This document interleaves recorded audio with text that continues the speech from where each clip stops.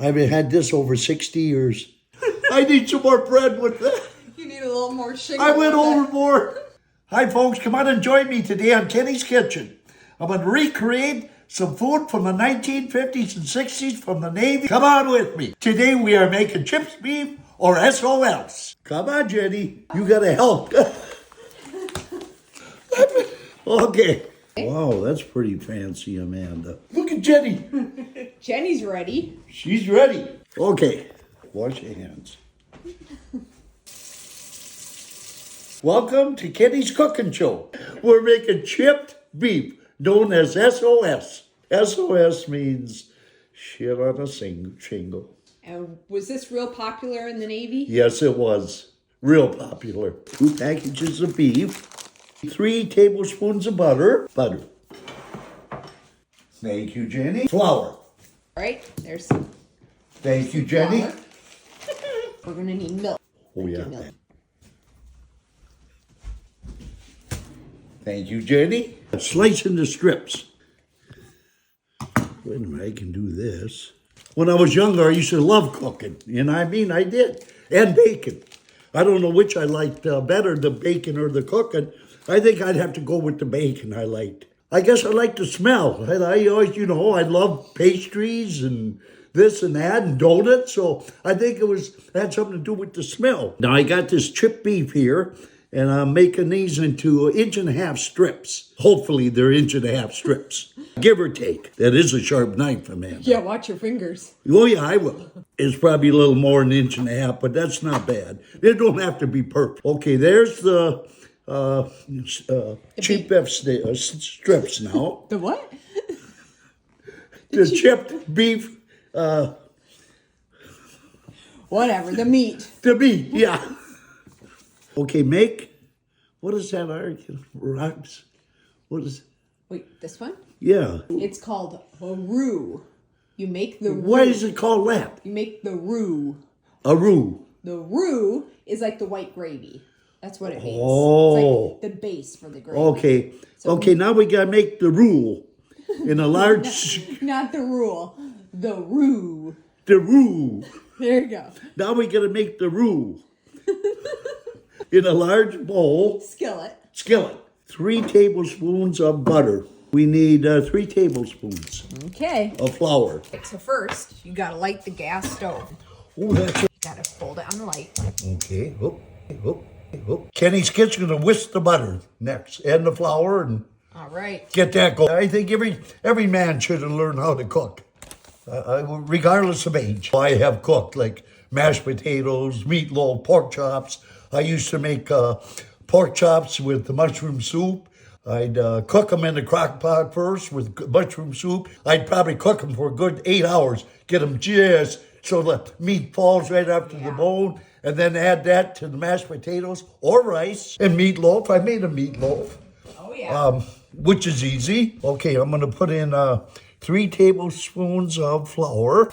I got to do this until it's golden brown. That's a big pan for that little butter. That's all right. We'll get her. You can't have her perfect. Okay, now we're going to put 2.5 cups of milk. That's pretty close. Okay, there's our milk. We might have went over a little bit, but it ain't going to hurt nothing. Okay. It just makes it, when it gets in chipped beef, it just, gives it more lather or whatever, I guess. It don't matter. Back in the day, I did go to baking school and learned how to make homemade bread. That was fun. Wow. Yeah, I did that and then when I got a bread machine, like anything else, you try it and then it gets old, and all of a sudden you go out and buy a loaf. So while you're stirring that, I was going to read to you. Chipped beef, SOS, first appeared in 1910 in the Manual for Army Cooks. There you go. My dad had it when he was guarding them prisoners. It was called stewed chipped beef. Okay. And it was designed to serve 60 men. Okay? Wow. The nickname SOS gained popularity among soldiers during World War II. Mm-hmm. While acronym SOS has many different meanings, it can also mean save our souls. Oh, sure. Same old stuff. One reason why it was popular is because the beef was dried in the jars. Sure. So it was shelf stable and easy to transport. Oh, sure. In wartime, they used it often because it didn't require refrigeration. Oh, yeah. And then after the war, with the boom of industrial food service, like in schools and universities, Sure. many veterans came back and became cooks. Oh, my goodness. Really? Administrators and food service workers, and they knew these recipes. Jenny, did you became cooks? They knew the recipes from the military, so that's what they cooked. Wow. It was easy to make in large amounts, so it was really good for schools, too. Sure. Everything your body needed. Makes very good sense, Amanda. We should honor this when we eat this, what it did for our troops. People are too fussy nowadays. That's the problem, Amanda. So this doesn't say to add any seasoning, but I'm just going to add a little bit of garlic powder. Sure. You yeah. know? That's all right. Because otherwise it's got nothing in it. Yeah, got to have a little seasoning. Right, Amanda? Yeah. And salt, yeah.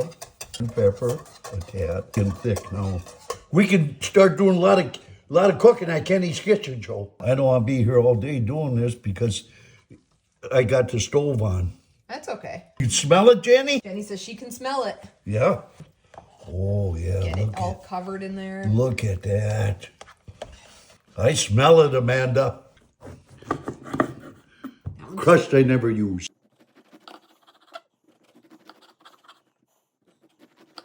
What's your favorite bread? Sourdough. Why?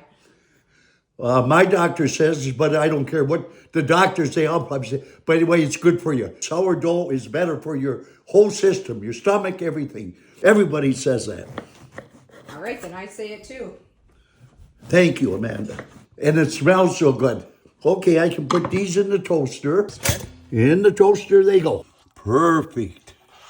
Yep, this here you can make the night before. You can make it for everybody in the apartment. Well, I don't know about that. Just certain people. Jenny, I'm going to dish her plate up.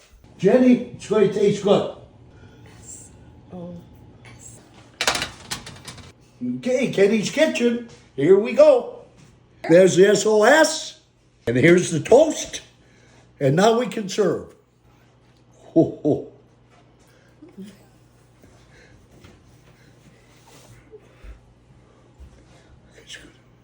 Look what I got you. Yeah, I can't believe it. That's exactly the way they were. Amanda. Okay, I'm ready at Kenny's Kitchen. I'm going to start serving.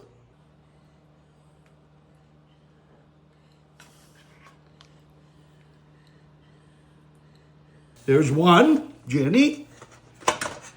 I can't believe these trays. And there's Amanda's. That looks Oh my goodness. There. You want a little bread with? I need some more bread with that. You need a little more sugar. I went overboard. Hopefully you didn't go overboard. Oh, I heard some nasty names for this when I was in the service, but I'm not going to even talk about that. Amanda, I haven't had this. Oh my goodness. I haven't had this over 60 years.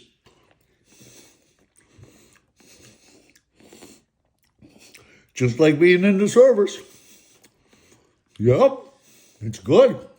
I got to tell you something. Next time, I'm going to put more chipped beef in. But your gravy's spilling over into the next continent.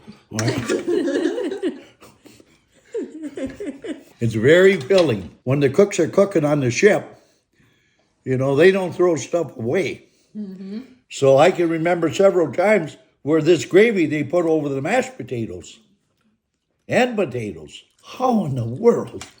I can't believe you got these trays. Usually for dessert, Amanda, we had mostly pies.